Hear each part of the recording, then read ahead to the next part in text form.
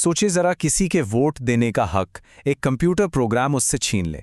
सुनने में किसी साइंस फिक्शन फिल्म जैसा लगता है ना?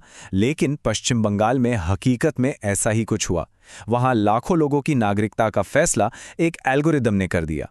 आज हम इसी पूरे मामले की तह तक जाएंगे। चलिए एक मंजर की कल्पना करते हैं। तारीख है 2 अप्रैल साल 2026। जगह है पश्चिम बंगाल का मालदा जिला। नेशनल हाईवे नंबर 12 पर गाड़ियों की लंबी कतारें लगी हैं, जबरदस्त ट्रैफिक जाम है। और इसी जाम से थोड़ी ही दूर एक सरकारी दफ्तर के अंदर माहौल बहुत तनाव भरा है। 7 न्यायिक अधिकारियों यानी जजों को पूरे 9 घंटों से बंधक बनाकर रखा गया है।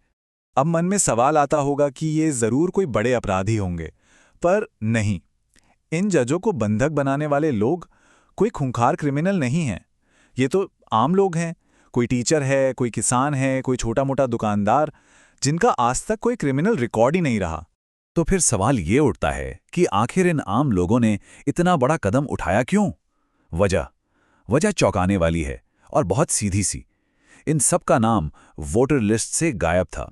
और देखिए, मालदा में जो हो रहा था वो कोई अकेली घटना नहीं थी। ये तो बस एक झलक थी एक बहुत बड़े संकट की, जो पूरे पश्चिम बंगाल में फैल चुका था।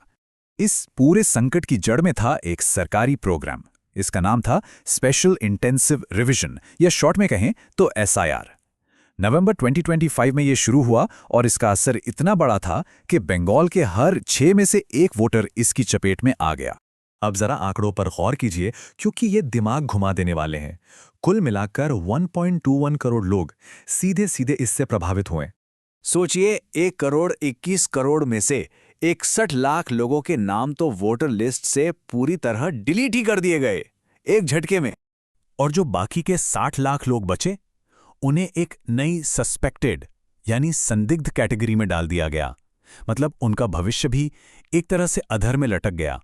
तो सवाल फिर वही, ये सब कर कौन रहा था? इतने बड़े बड़े फैसले कौन ले रहा था? कोई चुनाव अधिकारी, कोई जज? नहीं, ये सब कर रहा था एक सॉफ्टवेयर, एक एल्गोरिदम। अब जरा ये सुनिए कि किसी को संदिग्ध वोटर बनाने की वजह क्या थी। वजह इतनी मामूली थी कि यकीन करना मुश्किल है।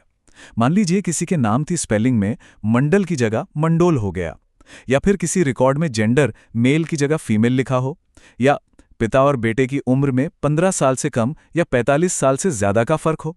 बस इतनी सी बात पर किसी को भी संदिग्ध बना दिया गया। और सबसे ज्यादा परेशान करने वाली बात तो ये है कि सॉफ्टवेयर को इतने बड़े स्केल पर इस्तेमाल करने से पहले उसे ठीक से टेस्ट तक नहीं किया गया। खुद चुनाव आयोग के एक सीनियर अफसर ने यह माना। उन्होंने कहा, हमें कोई अंदाजा नहीं है कि यह सॉफ्टवेयर 95% सटीक था या 60%। सोचिए जरा, इस सॉफ्टवेयर को लागू करने की कहानी भी बड़ी अजीब है। जरा टाइमलाइन देखिए। नवंबर 2025 में सिर शुरू होता है। 28 फरवरी 2026 को फाइनल वोटर लिस्ट पब्लिश हो जाती है।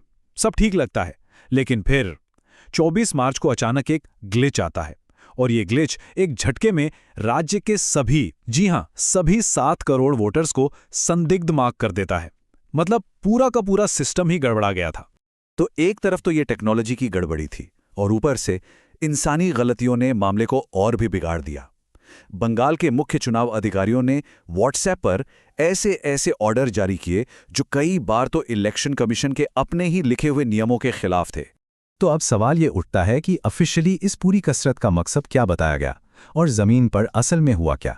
देखिए, कागजों पर तो यह कहा गया कि सार का मकसद अवैध बांग्लादेशी घुसपैठियों को वोटर लिस्ट से बाहर करना है, बिल्कुल साफ।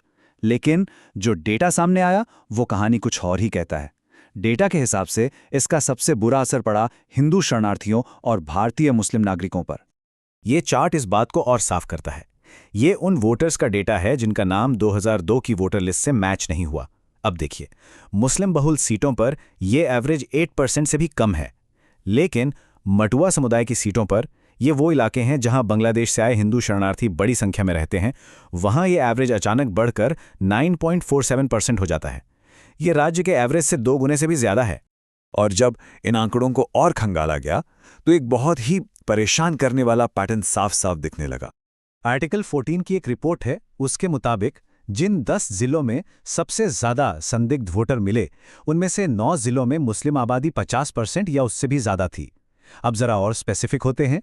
कोलकाता पोर्ट को लीजिए, यहाँ मुस्लिम आबादी है लगभग 50%, लेकिन जो सस्पेक्टेड लिस्ट बनी उसमें 82% नाम मुस्लिमों के थे। इसी तरह मेटी ब्रुज में 60% मुस्लिम आबादी के मुकाबले संदिग्ध लिस्ट में 87% मुस्लिम थे।